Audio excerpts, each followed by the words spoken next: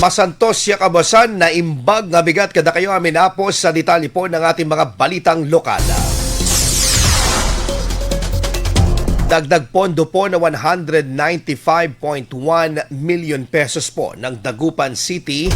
Aprobado na po ng Department of Budget and Management. Para sa detalye ng balitang yan, kasama natin Idol Joanna De Vera. 104.7 IFM.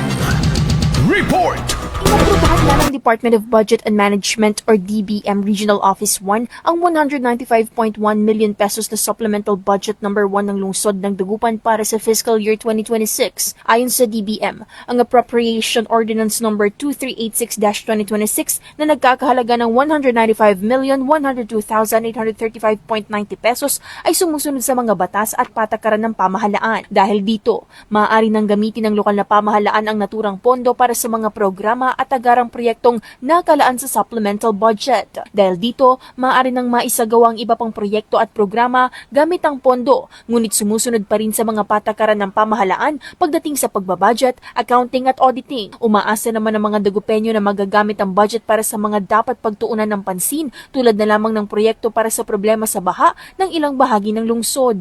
Inaasahang makatutulong ang 195.1 million pesos na supplemental budget sa pagpapatupad ng mga programa at proyekto para mapakinabangan ng mga Dagupenyo.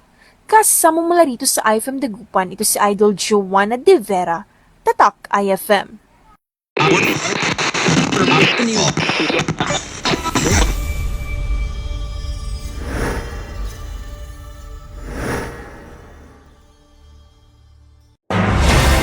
IFM News. IFM News.